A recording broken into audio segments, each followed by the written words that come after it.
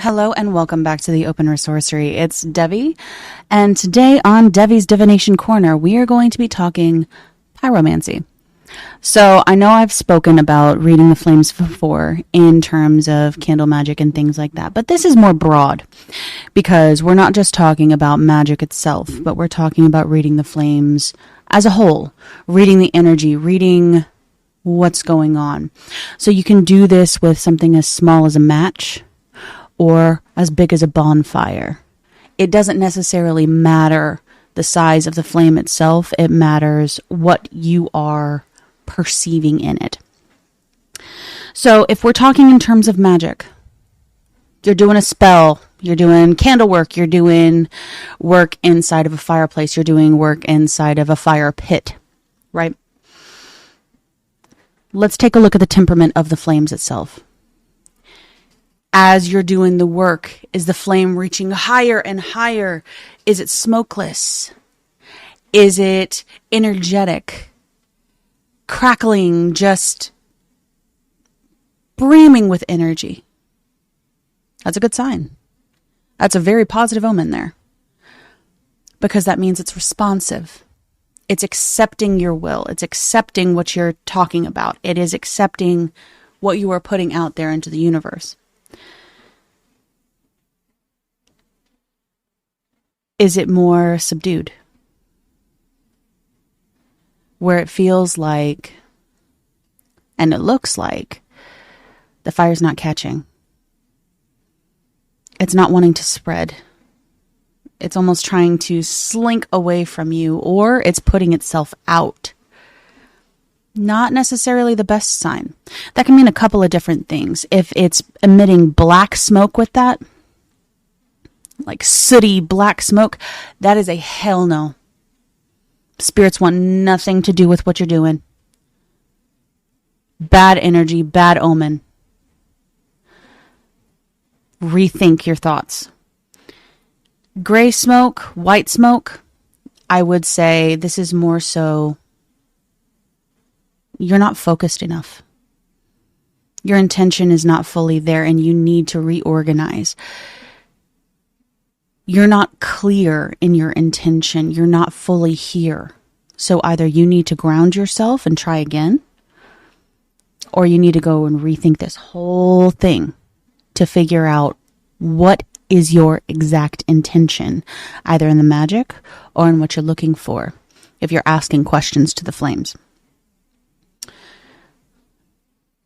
Now, if it's given you a lot of attitude, and I call it attitude because they have characteristics of their own. Fire's kind of funny that way. It's crackling. It's popping at you.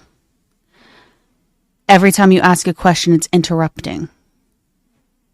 Again, your will is not strong enough. You may need to be more forceful. You may need to actually be pushing harder.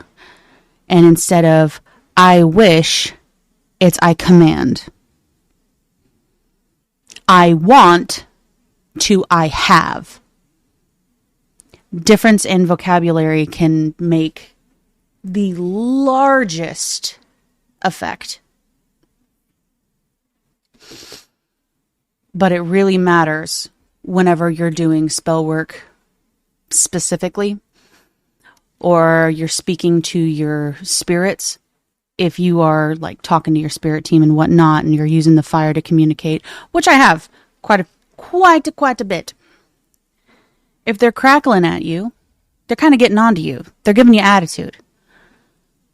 But they may be giving you attitude for a reason. It's like a friend that's going to sit there and actually tell you what's what versus just kissing your ass.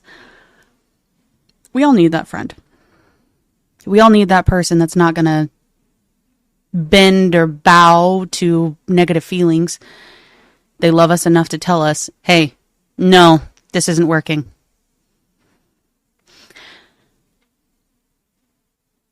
When the fire itself is kind of turning different colors.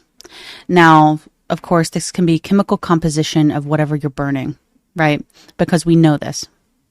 We know chemistry. We know that, copper burns blue. We know this.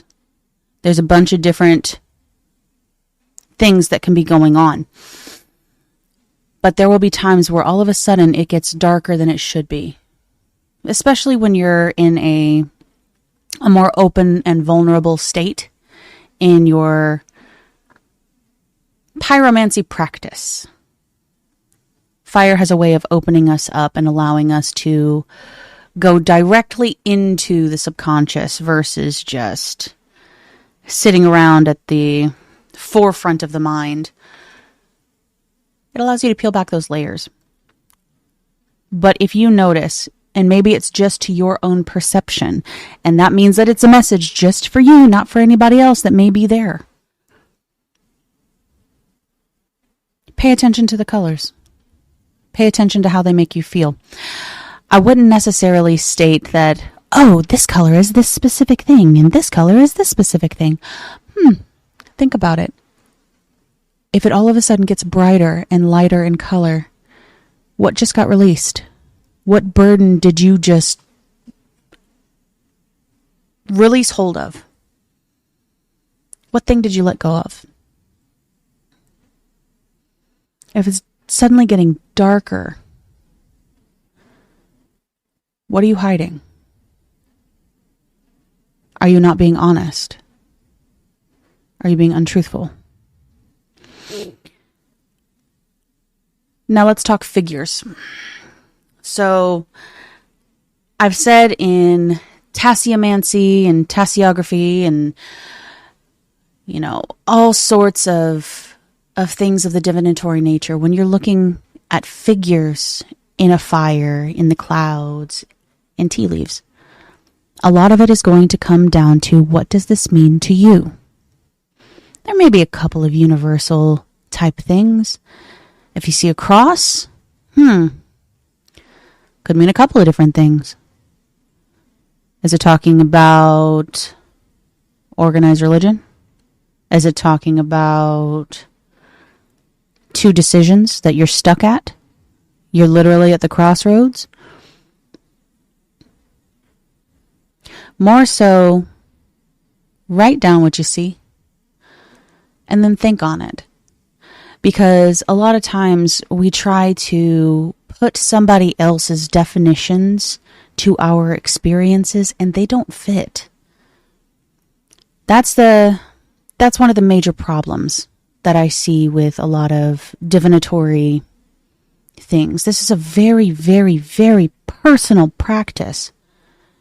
This is how the spirits are trying to communicate with you. How they communicate with you may not be how they communicate with everybody else. That makes no sense. If there was just universal language in which they could just completely let everybody know what's going on and what's what, we wouldn't be very confused, would we? No, we have to put personal attribution to these things. We have to sit with it and think on it. Because me seeing a flower may mean something completely different to me than it does to you. If I see the flower, it may attribute to a specific person. If you see the flower, it may attribute to growth. Personal attribution above all. I love the Bruce Lee saying, and I know I'm going to butcher it, but the spirit of it. You practice and you practice and you practice. And then you become formless. You practice the form, and then you become formless. Because within that you find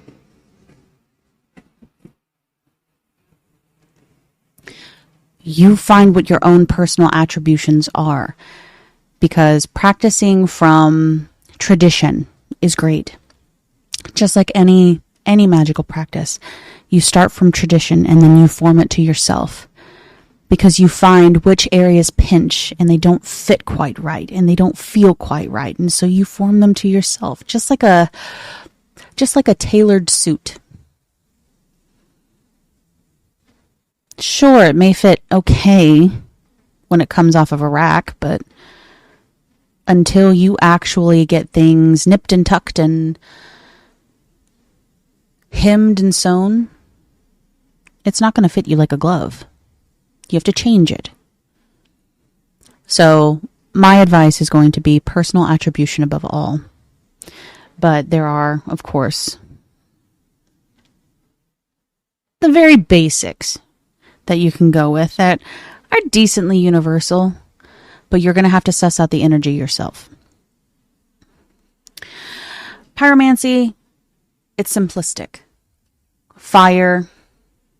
I mean, we've talked about the metaphysics of fire. We've talked about Prometheus. We've talked about Hephaestus. Fire gives power. Fire is passion. Fire is drive. Fire is will. And if you're looking into fire, it helps peel back the stubborn-ass layers. Kind of burns through those stubborn-ass layers in your subconscious that allows you to be more open and free-flowing. But make sure that you're journaling down your experiences because you're going to want to come back to them. I promise you that. But that's it for my rant for today. This is Devi with Devi's Divination Corner on the Open Sorcery, and you guys have a wonderful rest of your day. Have a good one.